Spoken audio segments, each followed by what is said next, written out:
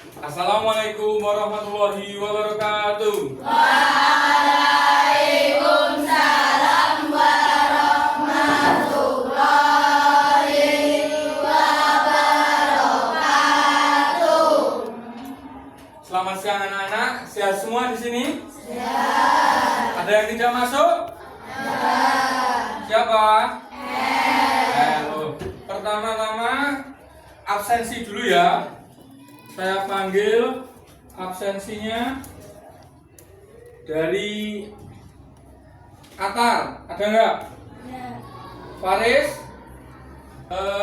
Pada siang hari ini Ustadz Galih mau menyampaikan materi tentang perjanjian Hudaybiyah dan keteladanan Nabi Muhammad Sallallahu Alaihi Wasallam.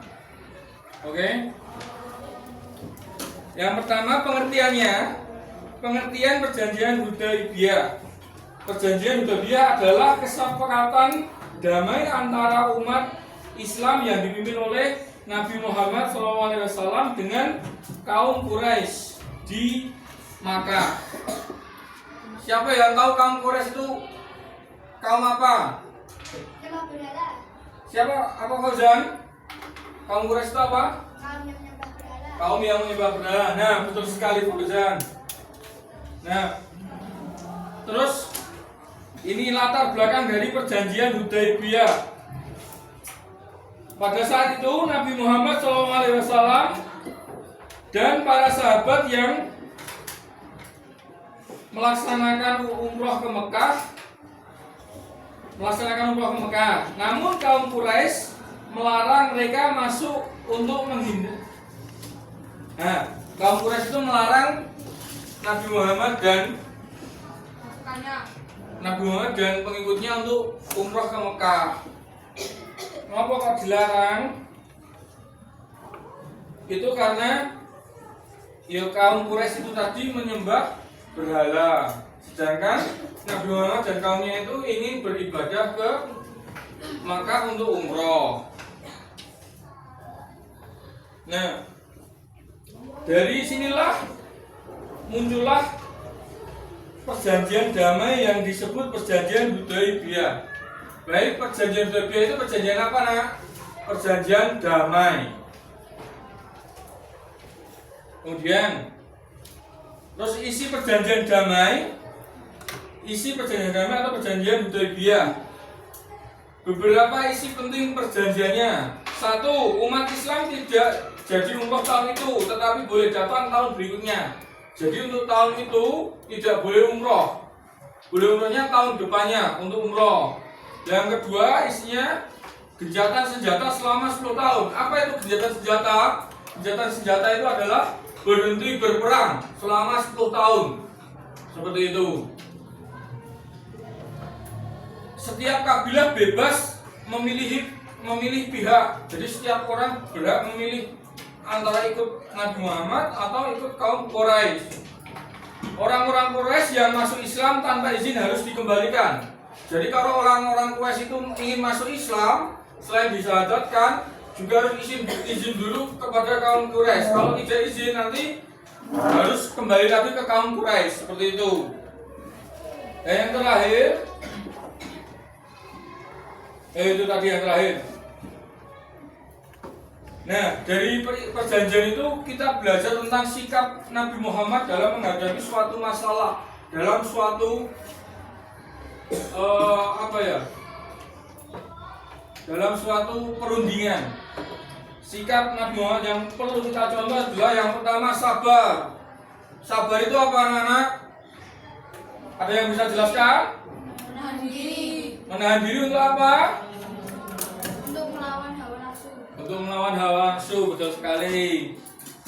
Yang kedua, cinta damai. Ada yang tahu cinta damai itu apa? Jadi cinta damai itu untuk tidak anarkis. Anarkis itu apa? Ngamuk, terus nakali kancani gitu. Karena kita cinta damai, seperti itu. Terus yang ketiga, bijaksana. Siapa yang tahu bijaksana itu apa? Bijaksana itu apa? Bijaksana itu berani mengambil keputusan dengan baik, tidak merugikan salah satu pihak. Itu bijaksana. Nah, dari sabar, meskipun dari sabar yang pertama tadi, meskipun Nabi Muhammad diperlakukan tidak adil, tapi Nabi tetap tenang karena sabar tadi. Yang kedua, cinta damai. Nabi Muhammad lebih memilih perdamaian daripada peperangan, karena peperangan itu bisa apa anak?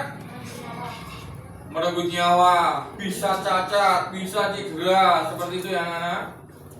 Terus bijaksana.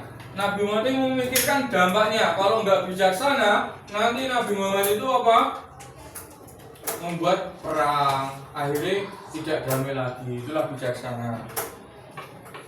Nah, dari latar belakang, terus pengertian, sampai sikap Nabi, kita mendapatkan hikmah perjanjian Hudaibiyah. Walaupun terlihat merugikan, ternyata banyak manfaat. Manfaatnya apa? Yang pertama, dakwah Islam berkembang pesat. Banyak orang masuk Islam. Terjadi suasana aman dan damai. Yang keempat, menunjukkan bahwa Islam cinta perdamaian. Nah, itulah hikmahnya perjanjian Hudaibiyah. Keteladanan yang bisa diambil dari perjanjian Hudaibiyah ini adalah, sebagai siswa, teman-teman semua, kita bisa meneladani sikap Nabi, bersikap sabar dan menghadapi masalah, tidak mudah marah. Siapa di kelas ini yang mudah marah? Wow, berarti besok jangan mudah marah lagi, harus bersabar. Mengutamakan perdamaian. Jadi di kelas itu boleh ejek-ejekan, tapi jangan sampai marah-marah, sampai melukai temannya, gitu. Berpikir sebelum bertindak. Berpikir sebelum bertindak. Tahu berpikir sebelum bertindak apa? Kenan, coba apa? Berpikir sebelum bertindak. Ayo, nggak tahu. Jadi berpikir sebelum bertindak itu berpikir dulu baru bertindak agar tidak menyesal di setelahnya. Itu. Kemudian ada yang ditanyakan tentang perjanjian Hudaibiyah? Silakan. Ada yang ditanyakan?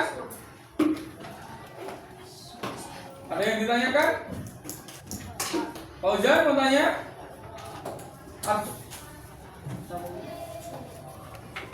Mau tanya enggak ini? Enggak? Ya, kalau enggak ada yang tanya, Ustadz yang bertanya ya. Mengapa Nabi Muhammad SAW memilih berdamai? Ada yang bisa menjawab? Lagi, siapa tadi yang jawab? Apa yang pertama? Yang kedua? Hah? Tidak suka perang. Nah, jawaban kamu sudah bagus. Nah, lebih tepatnya seperti ini. Mengapa Nabi Muhammad Sallallahu Alaihi Wasallam memilih berdamai? Karena dari berdamai itu banyak umat Islam, banyak umat yang belum Islam masuk ke Islam. Terus Islam berkembang pesat. Seperti itu ya. Nah, di sini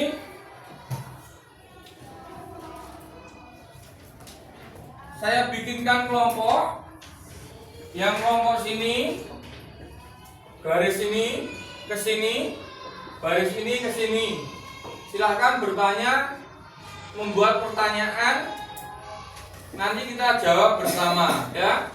Silahkan mendekatkan diri, nggak apa-apa. Boleh mejanya digeser, boleh.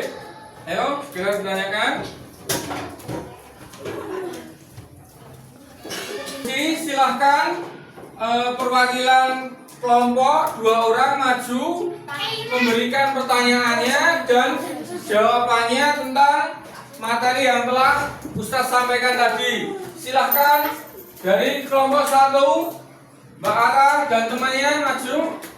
Mas Arkan, ayo Mas Arkan maju sama Ara. Oh, ternyata Mbak kelompok 1 punya pertanyaan mengapa umat Islam tidak bisa umroh pada saat itu. Dari kelompok ini, kelompok 2 apakah bisa ada yang bisa menjawab? Mas Fauzan apa? Oh, enggak apa-apa. Karena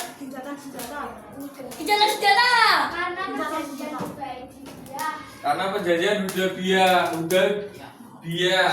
Apakah benar, Mbak? Coba dijelaskan. Apakah jawabannya benar? Tidak apa-apa. Jelaskan ayo. Ya, Mbak, dibaca Nagisa. Apakah benar? Nah, jawabannya apa itu di situ?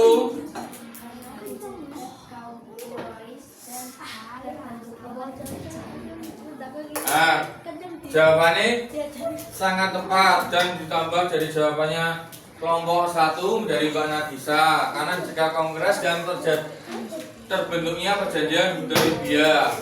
Oke, terima kasih dari presentasi dari kelompok 1. Silakan duduk kembali. Berikutnya dari kelompok 2 Mbak Ara dan Mas Fauzan. Ayo. Tenang dulu anak-anak, tenang dulu. Ara dan Fauzan, ayo masuk. Ya.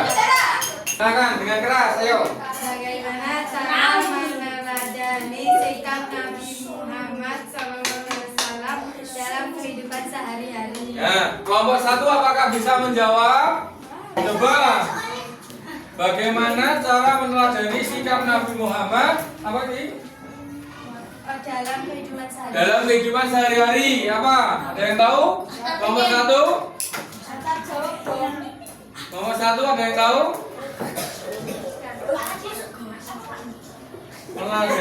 Meneladani sikap Nabi Muhammad dalam kehidupan sehari-hari. Ada yang tahu? Ya. Oh, bijaksana malah ngomong. Gua yang bisa bijaksana. Sabar. Cinta damai. Oke, apa? Ada lagi di sini? Berbakti pada orang tua. Jawabannya apa ini, Mbak? Betul apa tadi ya? Kamu Barakallah. Beri tepuk tangan untuk kawan semua. Oke. Terima kasih sudah memberikan hasil diskusinya dari kelompok 1 dan kelompok 2. Di sini Pak Gala akan memberikan sebuah kesimpulan bersama. Jadi menurut Pak Gale, perjanjian Hudaybiyah mengajarkan bahwa perdamaian lebih baik daripada pertengkaran. Kesabaran akan menghasilkan kebaikan. Sikap bijaksana sangat penting dalam mengambil keputusan. Seperti itu. Terima kasih untuk hari ini.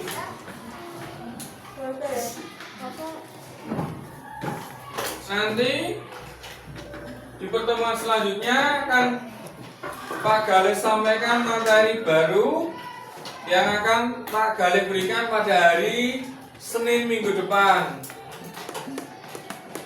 Untuk pelajaran hari ini selesai, marilah kita berdoa. Dipimpin ketua kelas.